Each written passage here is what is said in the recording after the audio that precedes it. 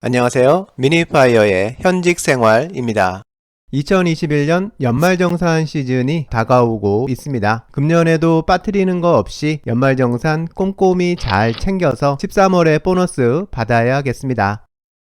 기존에도 연말정산을 할 때 국세청 홈택스를 이용하면 직장인 연말정산에 필요한 대부분의 공제신청 자료를 간단히 취합할 수 있었는데요. 바로 홈택스에서 제공하는 연말정산 간소화 서비스를 이용하는 거였습니다. 직장인이 신용카드, 의료비, 교육비 등등 연말정산 때 공제 신청을 위해서 증빙 서류를 회사에 제출해야 하는 내역들을 국세청이 취합해서 홈택스를 통해서 각 직장인에게 제공해주는 서비스였습니다. 이 홈택스 간소화 서비스에서 각 직장인에게 제공되는 자료가 100% 완벽한 것은 아니었지만 공제 신청하는 지출 항목 대부분이 포함되어 있어서 큰 도움이 되는 서비스였는데요.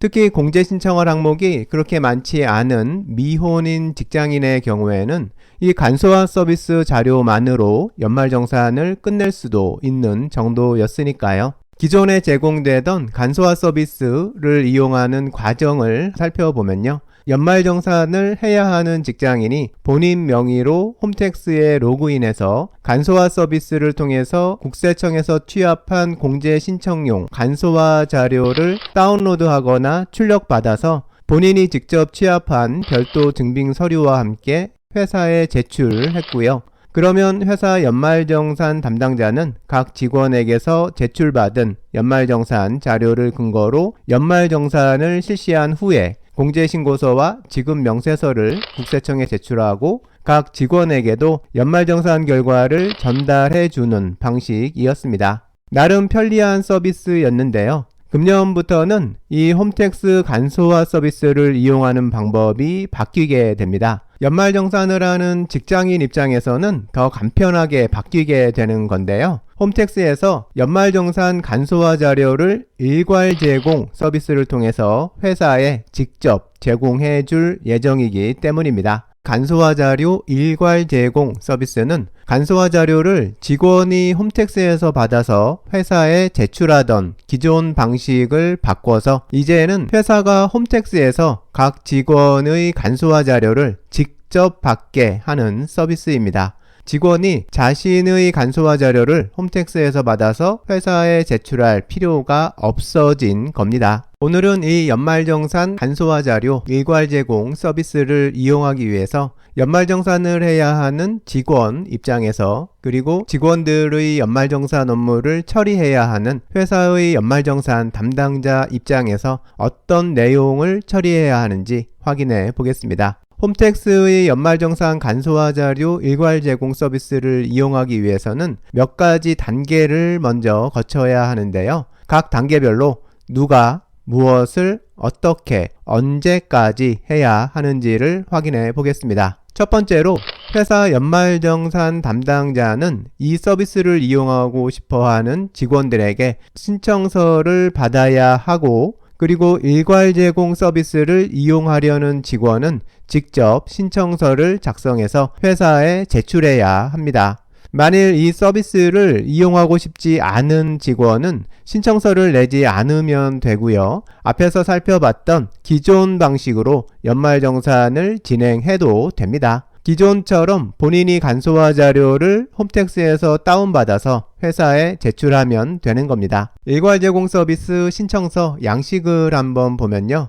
일괄 제공 서비스를 2021년도에만 이용할지 이후에도 계속 이용할지 선택할 수 있고요. 계속 이용한다고 신청했다가도 나중에 필요하면 일괄 제공 신청을 해지할 수도 있는 걸 볼 수 있습니다. 두 번째 단계는 회사 연말정산 담당자가 신청서를 제출한 직원들 명단을 홈택스에 등록해야 합니다. 이렇게 홈택스에 등록된 직원들의 자료에 대해서만 국세청에서 간소화 자료를 직원별 PDF로 준비해서 회사에 제공하기 때문에 이 명단 입력이 아주 중요합니다.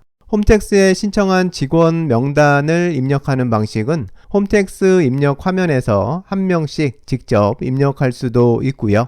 홈택스에서 제공해주는 엑셀 양식을 이용해서 명단을 작성한 후에 한 번에 홈택스에 적용시키는 방법도 있는데요.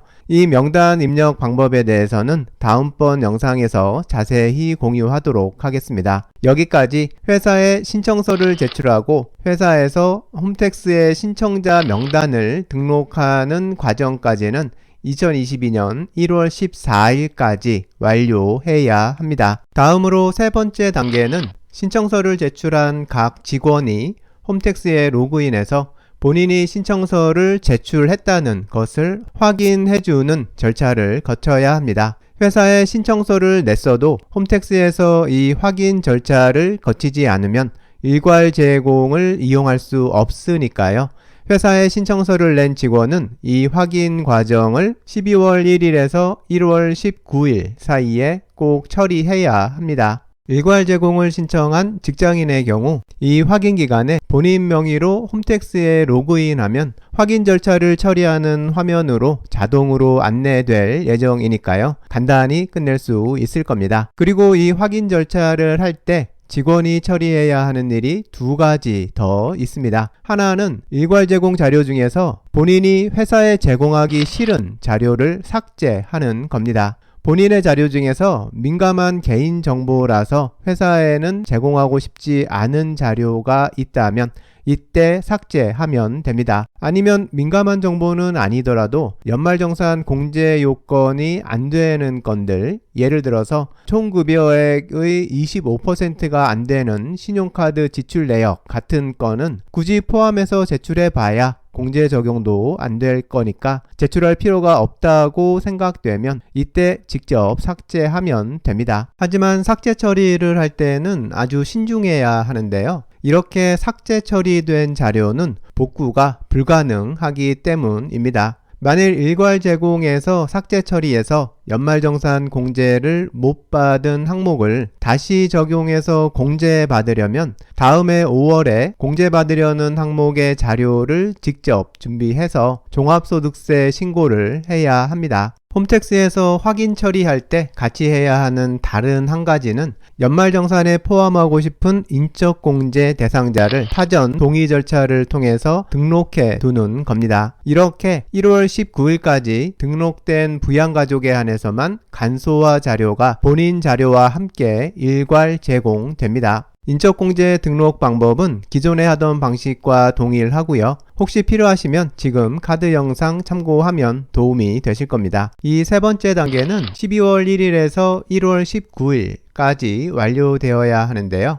홈택스에서 해당 메뉴가 열리면 이 부분을 처리하는 방법도 바로 공유하도록 하겠습니다. 여기까지 처리가 모두 완료된 직원들의 간소화 자료에 대해서 국세청에서 일괄 제공 자료를 홈택스에 만들어 두게 되고 회사에 제공하게 됩니다. 마지막은 네 번째 단계로 2022년 1월 21일부터 3월 10일 사이에 회사의 연말정산 담당자가 신청한 직원들의 일괄 제공 PDF 자료를 홈택스에서 직접 받아서 연말정산 업무를 처리하고 공제신고서, 지급명세서 등은 국세청에 제출하고 직원들에게 원천징수 명세서를 제공해 주게 됩니다. 오늘은 연말정산 일괄 제공 서비스를 활용하기 위해서 직원과 회사 연말정산 담당자가 각각 해야 할 일을 정리해 봤습니다. 홈택스 일괄 제공 서비스 사용 방법에 대해서 계속해서 영상으로 확인해 보겠습니다.